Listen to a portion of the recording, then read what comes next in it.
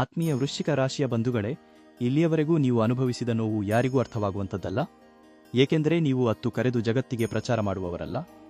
ನಿಮ್ಮ ನೋವನ್ನು ನುಂಗಿಕೊಂಡು ಕಣ್ಣೀರು ಹೊರಗೆ ಬರದಂತೆ ತಡೆದು ಒಳಗೊಳಗೆ ಬಂದು ಹೋಗಿದ್ದೀರಿ. ಆದರೆ ಈಗ ಸಮಯ ಬದಲಾಗಿದೆ. ನನ್ನನ್ನು ತುಳಿಯಲು ಬಂದವರಿಗೆ ತಕ್ಕ ಪಾಠ ಕಲಿಸಿಯೇ ತೀರುತ್ತೇನೆ ಎಂದು ನೀವು ಇಷ್ಟು ದಿನ ಕಾಯುತ್ತಿದ್ದ ಗಳಿಗೆ 2026 ರಲ್ಲಿ ಕೂಡಿ ಬಂದಿದೆ. ವೃಶ್ಚಿಕ ರಾಶಿಯವರಾದ ನಿಮ್ಮ ಜೀವನ 2026 ರಲ್ಲಿ ಒಂದು ರೋಲರ್ ಕೋಸ್ಟರ್ ರೈಡ್ನಂತೆ ಇರಲಿದೆ.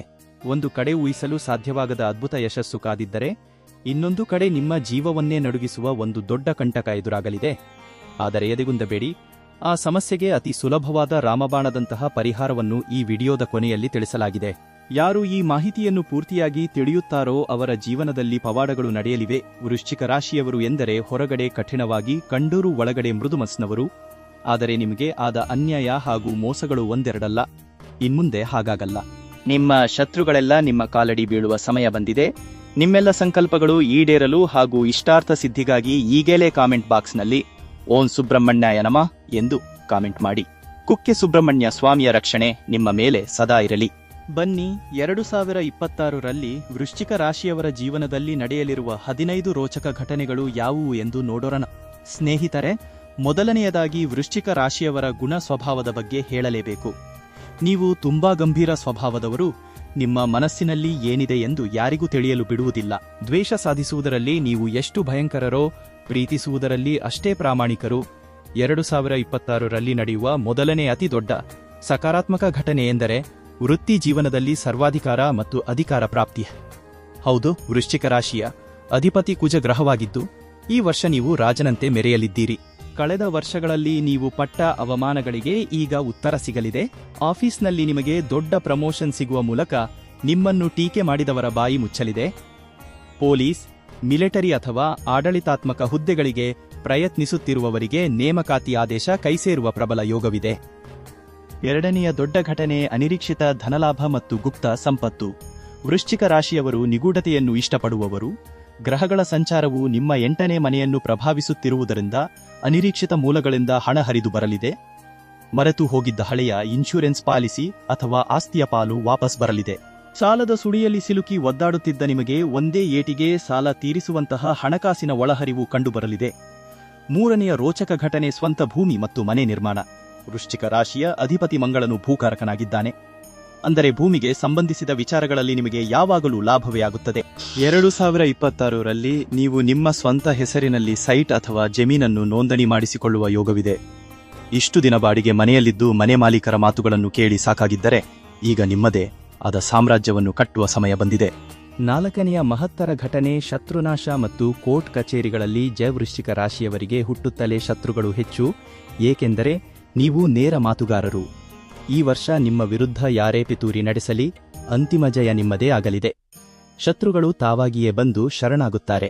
ಐದನೆಯ ಘಟನೆ ಷೇರು ಮಾರುಕಟ್ಟೆ ಮತ್ತು ಟ್ರೇಡಿಂಗ್ನಲ್ಲಿ ಅದೃಷ್ಟ. ವೃಶ್ಚಿಕ ರಾಶಿಯವರು ಯಾವುದೇ ವಿಷಯದ ಆಳಕ್ಕೆ ಇಳಿದು ಸಂಶೋಧನೆ ಮಾಡುವುದರಲ್ಲಿ ಎತ್ತಿದ ಕೈ. ಈ ಗುಣ 2026 ರಲ್ಲಿ ನಿಮಗೆ ದೊಡ್ಡ ಮಟ್ಟದ ಲಾಭ ತಂದುಕೊಡಲಿದೆ. ಆದರೆ ದುರಾಸೆಗೆ ಬಿದ್ದು ಸಾಲ ಮಾಡಿ ಹೂಡಿಕೆ ಮಾಡಬೇಡಿ. ಆರನೆಯ ಘಟನೆ ಸ್ವಂತ ಬಿಸಿನೆಸ್ನಲ್ಲಿ ಹೊಸ ಮೈಲಿಗಲ್ಲು. ಯಾರು ಪಾಲುದಾರಿಕೆಯಲ್ಲಿ ಅಥವಾ ಸ್ವಂತವಾಗಿ ಬಿಸಿನೆಸ್ ಮಾಡುತ್ತಿದ್ದೀರೋ ಅವರಿಗೆ ಇದು ಅದ್ಭುತವಾದ ವರ್ಷ.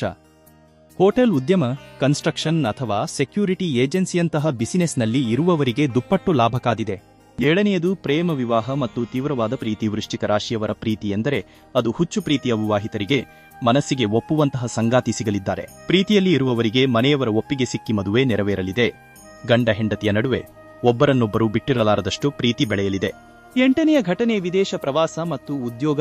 2026 ರಲ್ಲಿ ವೃಶ್ಚಿಕ ರಾಶಿಯವರಿಗೆ ಸ್ಥಾನ ಬದಲಾವಣೆಯ ಸೂಚನೆ ಇದೆ. ಯಾರೆಲ್ಲ ವಿದೇಶಕ್ಕೆ ಹೋಗಬೇಕೆಂದು ಕಾಯುತ್ತಿದ್ದೀರೋ ಅವರಿಗೆ ವೀಸಾ ಸಿಗುವ ಯೋಗವಿದೆ. ನಿಮ್ಮ ಜನ್ಮಸ್ಥಳದಿಂದ ದೂರ ಹೋದಷ್ಟು ನಿಮ್ಮ ಏಳಿಗೆ ಹೆಚ್ಚಾಗುತ್ತದೆ ಎಂದು ಜ್ಯೋತಿಷ್ಯ ಶಾಸ್ತ್ರ ಹೇಳುತ್ತದೆ. 9ನೆಯದು ವಾಹನ ಯೋಗ ಮತ್ತು ಐಷಾರಾಮಿ ಜೀವನ. ಈ ವರ್ಷ ನೀವು ಬಯಸಿದ ಬಣ್ಣದ ಲೇಟೆಸ್ಟ್ ಮಾಡೆಲ್ನ ಕಾರು ಅಥವಾ ಬೈಕನ್ನು ಖರೀದಿಸುತ್ತೀರಿ. ಅಷ್ಟೇ ಅಲ್ಲ, ಮನೆಯಲ್ಲಿ ಬೆಲೆಬಾಳುವ ಎಲೆಕ್ಟ್ರಾನಿಕ್ ವಸ್ತುಗಳು, ಬಂಗಾರ ಹಾಗೂ ಬೆಳ್ಳಿ ಆಭರಣಗಳ ಸೇರ್ಪಡೆಯಾಗಲಿದೆ. 10ನೆಯ ಘಟನೆ ಮಕ್ಕಳ ವಿದ್ಯಾಭ್ಯಾಸ ಮತ್ತು ಸಂತಾನ ಭಾಗ್ಯ. ಮದುವೆಯಾಗಿ ಹಲವು ವರ್ಷಗಳಿಂದ ಮಕ್ಕಳಿಲ್ಲದೆ ಕೊರಗುತ್ತಿರುವ ದಂಪತಿಗಳಿಗೆ 2026 ರಲ್ಲಿ ಸುಬ್ರಹ್ಮಣ್ಯ ಸ್ವಾಮಿಯ ಕೃಪೆಯಿಂದ ಸಂತಾನ ಭಾಗ್ಯ ಸಿಗಲಿದೆ.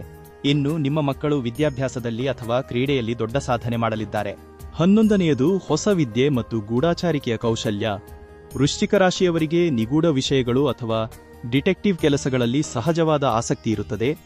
ಈ ವರ್ಷ ನೀವು ಆರ್ಟಿಫಿಷಿಯಲ್ ಇಂಟೆಲಿಜೆನ್ಸ್ ಅಥವಾ ಅತೀಂದ್ರಿಯ ವಿದ್ಯೆಯಂತಹ ಹೊಸ ಸ್ಕಿಲ್ ಒಂದನ್ನು ಕಲಿಯಲಿದ್ದೀರಿ. 12ನೇಯದು ಕುಟುಂಬದಲ್ಲಿ ಅಣ್ಣ ತಮ್ಮಂದಿರ ಸಹಕಾರ. ಇಲ್ಲಿಯವರೆಗೆ ಆಸ್ತಿ ವಿಚಾರಕ್ಕೋ ಅಥವಾ ಚಿಕ್ಕ ಪುಟ್ಟ ವಿಚಾರಕ್ಕೋ ದೂರವಾಗಿದ್ದ ಒಡಹುಟ್ಟಿದವರು ಒಂದಾಗಲಿದ್ದಾರೆ. ವಿಶೇಷವಾಗಿ ಸಹೋದರರಿಂದ ನಿಮಗೆ ಆರ್ಥಿಕ ಸಹಾಯ ಅಥವಾ ನೈತಿಕ ಬೆಂಬಲ ಸಿಗಲಿದೆ. ಹಳೆಯ ಕಹಿ ಘಟನೆಗಳನ್ನು ಮರೆತು ಒಂದಾಗುವ ಯೋಗವಿದೆ. 13ನೇಯ ಘಟನೆ ಸಮಾಜ ಮತ್ತು ರಾಜಕೀಯದಲ್ಲಿ ಉನ್ನತ ಸ್ಥಾನ. ವೃಶ್ಚಿಕ ರಾಶಿಯವರು ಹುಟ್ಟು ಲೀಡರ್ಗಳು. ಈ ವರ್ಷ ರಾಜಕೀಯದಲ್ಲಿ ಅಥವಾ ಸಂಸ್ಥೆಗಳಲ್ಲಿ ನಿಮಗೆ ಪ್ರಮುಖ ಸ್ಥಾನಮಾನ ಸಿಗಲಿದೆ. ನಿಮ್ಮ ಪ್ರಭಾವ ಎಷ್ಟರ ಮಟ್ಟಿಗೆ ಬೆಳೆಯುತ್ತದೆ ಎಂದರೆ ದೊಡ್ಡ ವ್ಯಕ್ತಿಗಳೇ ನಿಮ್ಮನ್ನು ಹುಡುಕಿಕೊಂಡು ಬರುತ್ತಾರೆ. 14ನೇಯ ಘಟನೆ ಗಂಭೀರ ಎಚ್ಚರಿಕೆ. ಆರೋಗ್ಯದಲ್ಲಿ ಉಷ್ಣದ ಬಾಧೆ ಮತ್ತು ರಕ್ತ ಸಂಬಂಧಿತ ಸಮಸ್ಯೆ. ಈ ವರ್ಷ ನಿಮಗೆ ದೇಹದ ಉಷ್ಣತೆ ಅಥವಾ ಪೈಲ್ಸ್ ಸಮಸ್ಯೆ ಕಾಡಬಹುದು. ನೀವು ಸಣ್ಣ ವಿಷಯಕ್ಕೂ ಅತಿಯಾಗಿ ಕೋಪ ಮಾಡಿಕೊಳ್ಳುತ್ತೀರಿ. ಇದು ಆರೋಗ್ಯವನ್ನು ಹಾಳು ಮಾಡುತ್ತದೆ. ವಾಹನ ಚಾಲನೆ ಮಾಡುವಾಗ ಅತಿಯಾದ ವೇಗ ಬೇಡ. 15ನೇಯ ಘಟನೆ ಎಚ್ಚರಿಕೆ. ನಂಬಿದವರಿಂದಲೇ ದ್ರೋಹ ಮತ್ತು ಸೇಡಿನ ಮನೋಭಾವ. ವೃಶ್ಚಿಕ ರಾಶಿಯವರ ಅತಿ ದೊಡ್ಡ ವೀಕ್ನೆಸ್ ಎಂದರೆ ಯಾರನ್ನಾದರೂ ಕಣ್ಣು ಮುಚ್ಚಿ ನಂಬುವುದು. ಈ ವರ್ಷ ನಿಮ್ಮ ಹತ್ತಿರದವರೇ ಬೆನ್ನಿಗೆ ಚೂರಿ ಹಾಕುವ ಸಾಧ್ಯತೆ ಇದೆ. ಆದ್ದರಿಂದ ಮೌನವೇ ಬಂಗಾರ ಎಂಬ ಸೂತ್ರ ಪಾಲಿಸಿ. 2026ರಲ್ಲಿ ಯಶಸ್ಸಿನ ಶಿಖರ ಏರಲು ಪ್ರತಿ ಮಂಗಳವಾರ ಸುಬ್ರಹ್ಮಣ್ಯ ಸ್ವಾಮಿ ದೇವಸ್ಥಾನಕ್ಕೆ ಹೋಗಿ ಅಥವಾ ಮನೆಯಲ್ಲಿ ಸುಬ್ರಹ್ಮಣ್ಯ ಅಷ್ಟೋತ್ತರ ಪಠಿಸಿ ಮಾನಸಿಕವಾಗಿ ಗಟ್ಟಿಯಾಗಿರಲು ಹನುಮಾನ್ ಚಾಲಿಸಾವನ್ನು ಓದಿ. ಬಡವರಿಗೆ ತೊಗರಿಬೇಳೆ ಅಥವಾ ಕೆಂಪು ಬಟ್ಟೆಯನ್ನು ದಾನ ಮಾಡುವುದರಿಂದ ಕುಜದೋಷದ ಪ್ರಭಾವ ಕಡಿಮೆಯಾಗುತ್ತದೆ. ಧೈರ್ಯದಿಂದ ಮುನ್ನುಗ್ಗಿ ಜಯ ನಿಮ್ಮದೇ ಆಗಲಿದೆ. ಸರ್ವೇ ಜನ ಸುಖಿನೋ ಭವಂತು. ಈ ವರ್ಷ ನಿಮ್ಮ ಜೀವನ ಸುಖಕರವಾಗಿರಲಿ. ಧನ್ಯವಾದಗಳು.